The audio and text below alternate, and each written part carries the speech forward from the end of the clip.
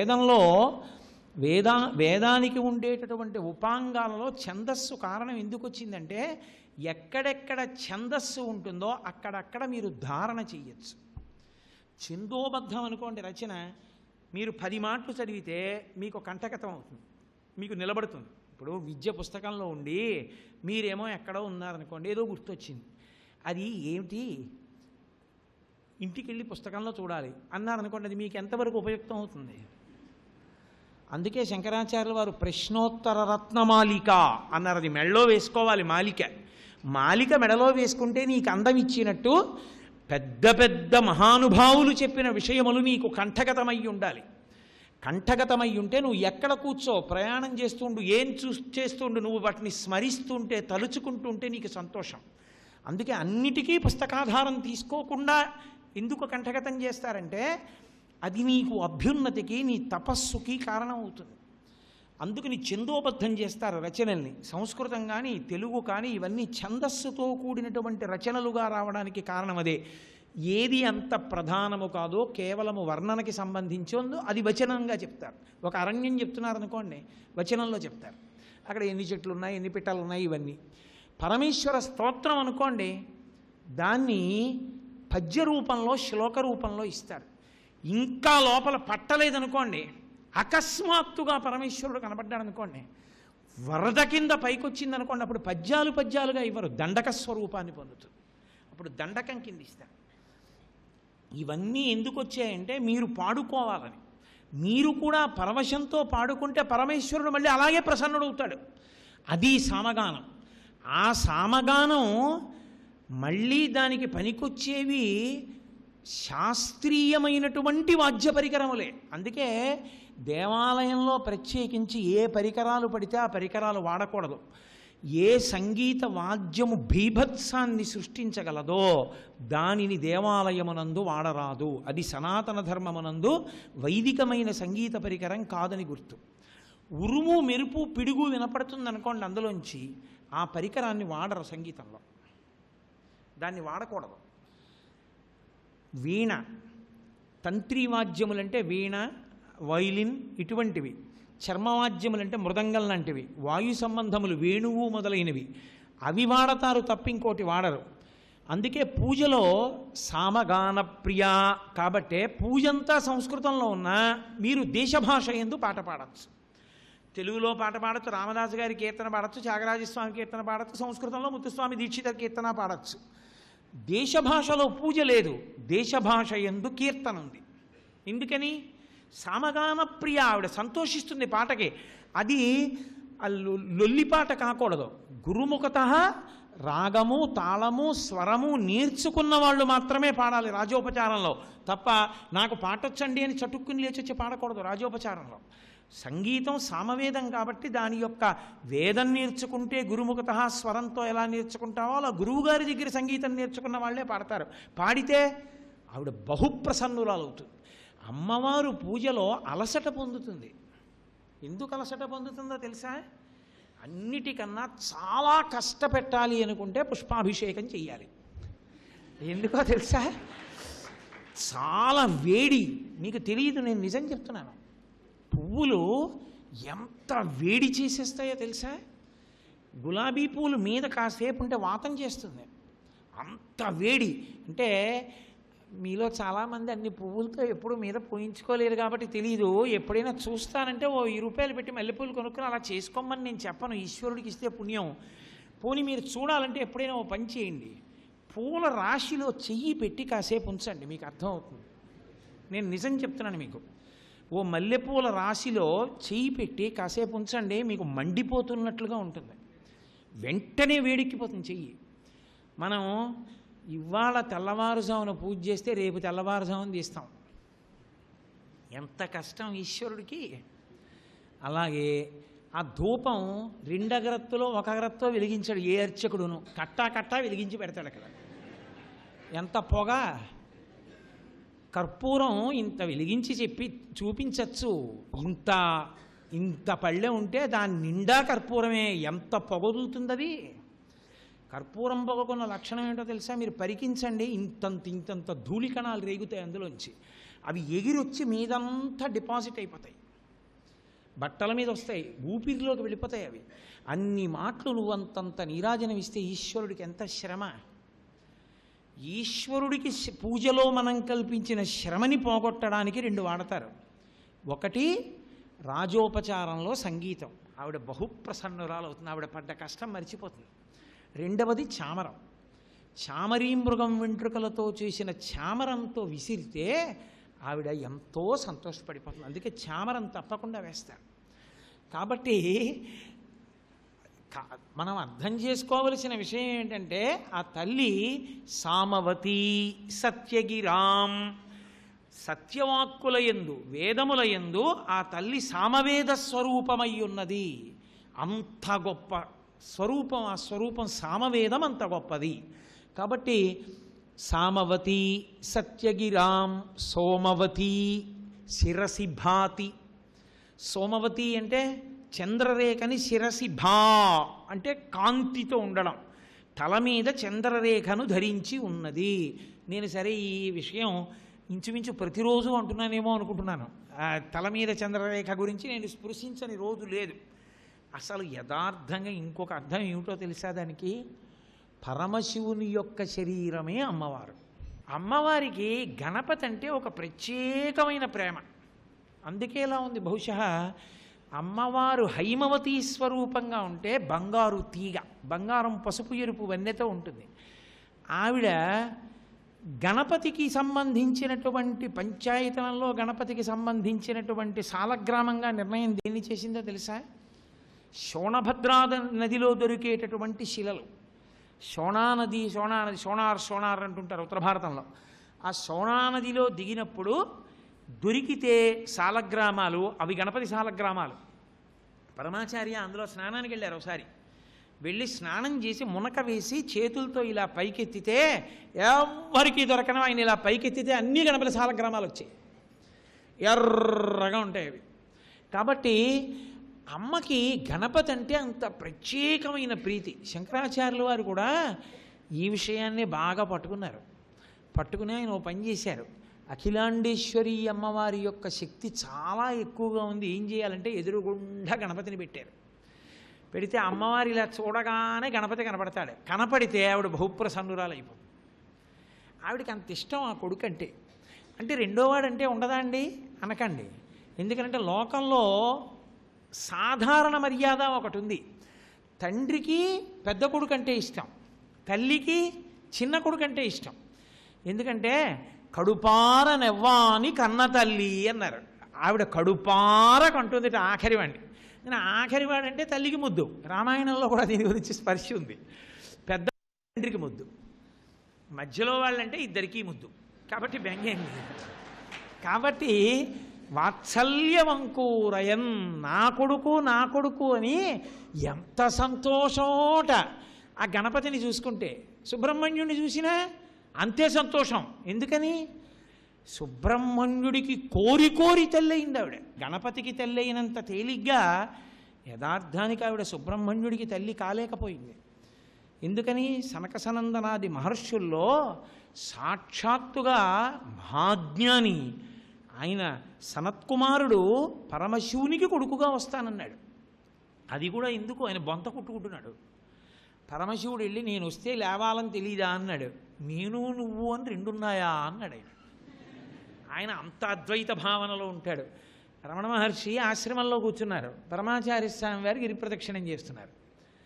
పరమాచార్య స్వామి వారు ఆశ్రమం ముందుకు వస్తున్నారు. మేమందరం దర్శనానికి ఎడతామన్నారు.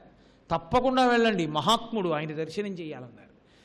ఆయన అందరూ పరిగెడుతూ అన్నారు. మీరు రారా అన్నారు. రమణులు అన్నారు నేను ఆయన అని ఇద్దరు ఉన్నావా అన్నారు. మహాత్ముల స్థితి అలా ఉంటుంది. చంద్రశేఖరేంద్ర సరస్వతి సార్ ఎప్పుడు మాట్లాడినా ఆయన గొప్ప గురించి మాట్లాడేవారు. ఈయన ఎప్పుడు మాట్లాడినా ఆయన గొప్ప గురించి మాట్లాడేవారు. కాబట్టి ఆ తల్లి ఎప్పుడెప్పుడు గణపతిని చూసినా పరవశించిపోతుంది. సుబ్రహ్మణ్యుణ్ణి కోరి కొడుకుని చేసుకుంది. ఆయన సామాన్యుడు కాడు, సనత్కుమారుడు. అంత అద్వైతానుభూతి. పరమశివుడు వచ్చి ఎరా నువ్వు లేవద్దా నేను వస్తే ఇద్దరు ఉన్నావా? ఉన్నది ఒకటే కదా, నాకు తెలియదు 2 ఉన్నాయని అన్నాడు ఆయన. తెల్లబోయి సంతోషించి శివుడు అన్నాడు, నీకు వరం ఇస్తాను కోరుకో అన్నాడు. వరం ఇస్తాను కోరుకో అనడానికి నాకు లేనిదోటి ఉంటే నిన్నోటి అడగాలి. నాకు లేనిదే ఉంది, నేను అనంతుణ్ణి, అంతటా నిండిపోయాను. అద్వైత భావన అంటే అదండి. నాకేం కావాలి, నాకేం అక్కర్లేదన్నాడు. అంటే శివుడు అన్నాడు, అలా కాదు, ఏదైనా అడిగన్నాడు. నన్ను ఎందుకు అలా తినేస్తావు, కానీ నీకేమైనా కావాలంటే అడిగిస్తానన్నాడు. అంటే శివుడు సంతోషించి అన్నాడు, ఆయన మహాజ్ఞానమూర్తి, నా కొడుగ్గా రా అన్నాడు. నీకే కొడుకుని అన్నాడు. అంటే పార్వతీదేవి ఉలిక్కిపడింది. ఏమిటి నీకే అంటున్నావు ఏమిటి, నాకు కూడా అంది. ఆ మాట అనకు అన్నాడు ఆయన. అదేమిటయా, నీలాంటి వాడు నా కొడుకు కాకపోతే ఎలా, నా సంబంధం లేకుండా ఆయనకి కొడుకు ఎలా అవుతావు అంది. అమ్మ, నువ్వు ఎంత జగన్మాతవైనా నీ కడుపులో పడుకుంటే అధోముఖంగా పడుకుని గర్భవాసం చెయ్యాలి, నీ చెయ్యనమ్మా అన్నాడు. నీ శివుడికి కొడుకుగా వస్తాను. ఆవిడ బతిమాలింది, ఒరే నాన్న నాకు కొడుకు అవరా అంది. అంటే పోన్లే కానీ ఒక్క వరం ఇస్తాను, నీ శరీరంలోంచి రాను, నీ శరీర సమానమైంది ఏమైనా ఉంటే చెప్పు, అందులోంచి బయటకు వస్తానన్నాడు.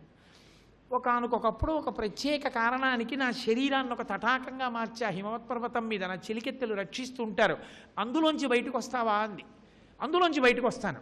అప్పుడు నీ శరీరంలోంచి వచ్చినట్టేగా అన్నాడు. ఆ తటాకానికి శరవణ తటాకం అని పేరు. అందులోంచి వచ్చింది సుబ్రహ్మణ్యావతారం, అందుకే శరవణ భవ ఆయన మంత్రం కూడా అదే. కోరి కోరి కొడుకుని చేసుకుంది సుబ్రహ్మణ్యుణ్ణి, కోరి కోరి పుట్టాడు గణపతి. అసలు నిజానికి మూకశంకరుల ప్రతిపాదన హేరంబేచ. పెద్ద కొడుకు గొప్పతనం ఏమిటంటే హేరంబుడు. హేరంబుడు అంటే ఎవరు? ఎప్పుడూ తండ్రి పక్కన కూర్చుని ఉండేటటువంటి కొడుక్కి హేరంబుడని పేరు. ఎప్పుడూ తండ్రి పక్కన కూర్చుంటే పనికి మేలినవాడు గాడు, ఏ ప్రయోజకత్వం ఉంటుంది, ఏమైనా పని చేయొద్దు. అంటే ఎప్పుడూ తండ్రి పక్కన కూర్చుని ఉండేవాడు అన్నమాటకు అర్థం ఏంటంటే ఆయన ఏమీ పని చేయనివాడు అని కాదు. లోకములంతటి చేత పూజింపబడి అందరికీ విఘ్నములు పోగొట్టగలిగిన వాడయ్యుండి కూడా తండ్రిని విడిచిపెట్టకుండా తండ్రి పక్కనే ఉండి తండ్రి సంతోషమునకు కారణమవుతూ తండ్రిని సేవిస్తూ ఉంటాడు. తన భర్త అయినటువంటి విఘ్నేశ్వరుని యొక్క తండ్రిని విఘ్నేశ్వరుడంత సేవిస్తాడు కాబట్టి అమ్మవారు అంత సంతోషిస్తూ ఉంటుంది ఆయన విషయంలో. అందుకని ఆయనకి హేరంబుడని పేరు. అటువంటి విఘ్నేశ్వరుడు ఉన్నాడే, ఆయన నిజానికి పరమశివుడి పక్కనేమిటి, పరమశివుడితోనే ఉంటాడు. ఎందుకో తెలుసా? తాడేపల్లి రాఘవనారాయణ శాస్త్రి గారు మహానుభావుడు, ఎప్పుడు బాలాస్వరూపం ఆయన పక్కన తిరుగుతూ ఉండేది. ఆయన ఓ రోజు పడుకున్నారు, అమ్మవారు ఆ గుమ్మం మీద కూర్చుంది. కూర్చుంటే ఆయన చూస్తున్నారు, కన్ను మాగన్ను పడుతోంది. తెల్లవారుజామున 3 గంటలకు అవి లేపేది ఆయన్ని. శాస్త్రి 3 అయింది, సంధ్యావందనం చేయాలి, లేపుతూ ఉండేది అమ్మవారు. ఆయన పడుకుని చూస్తున్నారు అమ్మవారిని. చూస్తూ ఇలా కన్ను మాగన్ను పడుతోంది. ఇటు తొల్లేరు. అమ్మవారు అటు వచ్చి కూర్చుంది గుమ్మం మీద.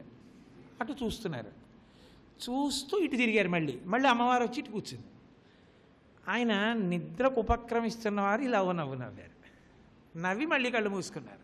ఆవిడ లేచి నించునంది, ఎందుకు నవ్వావంది. ఎందుకు నవ్వాయేమిటి, నవ్వు వచ్చింది నవ్వానన్నారు. అలా రావడానికి వీల్లేదు. రోజు నవ్వట్లేదుగా, నిద్రపోతున్నావుగా నన్ను చూస్తూ. ఇవాళ ఎందుకు నవ్వావు, జోగుతూ ఎందుకో నవ్వావు నాకు చెప్పు, ఎందుకో నాకు తెలుసండి. ఆవిడ సర్వజ్ఞ, ఆవిడకి ఎందుకు తెలియదు. ఆయన అన్నాడు, మరి తీరా చెప్పాక నువ్వు నన్ను కోప్పడకూడదన్నారు. చెప్పు పర్వాలేదు, నువ్వు పెళ్లి చేసుకుని పిల్లల్ని కన్నావా, పిల్లల్ని కానీ పెళ్లి చేసుకున్నావా అన్నాడు. అంటే అమ్మవారు అంది, ఎందుకు వచ్చింది నీకు అనుమానం అంది.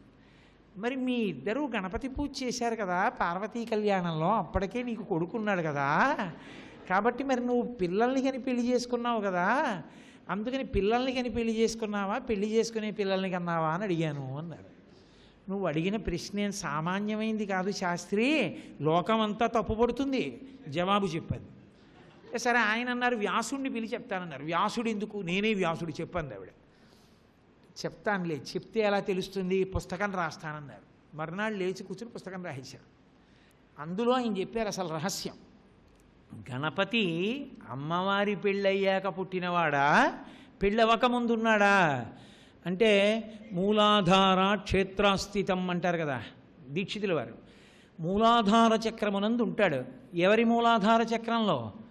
పరమశివుని మూలాధార చక్రంలో ఉంటాడు. పరమశివుడు ఎప్పుడున్నాడని నువ్వు అంటున్నావో అప్పుడే ఆయనకి మూలాధారం ఉంది, అప్పుడే గణపతి ఉన్నాడు. కాబట్టి ఎప్పుడూ ఆయనతోనే ఉంటాడు, ఎప్పుడూ ఆయనతోనే ఉంటాడు కాబట్టి హేరంబుడు, అది అసలు రహస్యం. కాబట్టి హేరంబేచ, పెద్ద కొడుకు అంత గొప్పవాడు, అంత ప్రయోజకుడు, లోకములనన్నిటి యందు పూజింపబడుతుంటాడు.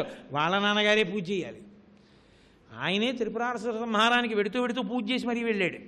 అంత గొప్ప కొడుకు. మరి తన కడుపున పుట్టిన కొడుకు అంత గొప్పవాడైతే తల్లికి ఎంత సంతోషంగా ఉంటుంది? లోకంలో ఎక్కడైనా ప్రయోజకుడైన కొడుకున్నాడు అనుకోండి, ఏ నాన్న కన్నాడండి అనరో, ఏ అమ్మ కన్న పిల్లాడండి అంటారు. అబ్బా మీ అమ్మ ఏ పూజలు చేసిందయా అని ఇలాంటి కొడుకుని కంది అంటారు, అమ్మని స్మరిస్తారు. అంత గొప్ప కొడుకు తన కొడుకైతే ఆ అమ్మ ఎంత సంతోషపడిపోతుంది. కాబట్టి హేరంబేచ, తన భర్త అయిన పరమశివుడి పక్కన కూర్చుని నిరంతరం పరమశివుణ్ణి సేవించేటటువంటి లోకములను అనుగ్రహించగలిగినటువంటి విఘ్ననాయకుడైన పెద్ద కుమారుడు తన కుమారుడిని సంతోషపడిపోయేటటువంటి సహజ వాత్సల్యమున్న అమ్మా. అందుకని హేరంబేచ గుహేచ, రెండో కొడుకు ఆయన గుహుడు అన్నారు. గుహుడంటే, గుహ శబ్దానికి అర్థం ఏంటంటే తన సైన్యమును తాను రక్షించుకునేవాడని. ఆయన సైన్యం ఏమిటి? దేవతా సైన్యం. ఆయన దేవతా సైన్యానికి అధిపతి కాబట్టి ఆయన దేవ సైన్యాన్ని రక్షిస్తాడు. దానివల్ల ఏమవుతుంది? రాక్షస సైన్యములను దునుమాడతాడు, రాక్షస సైన్యములు ఓడిపోతాయి ఆయన చేతిలో. అందుకని చేతిలో శూలం పట్టుకుంటాడు. ఆ శూలం ఎవరు? అమ్మే శూలంగా మారాయన చేతిలో ఉంది. ఆ శూలంతో చంపుతూ ఉంటాడు శక్తిని చేతితో పట్టుకుని. కాబట్టి కొడుకు సర్వసైన్యాధిపతి దేవతా సైన్యానికి. ఇక్కడే ఉంటారు నిజానికి దేవతా సైన్యం, రాక్షస సైన్యం.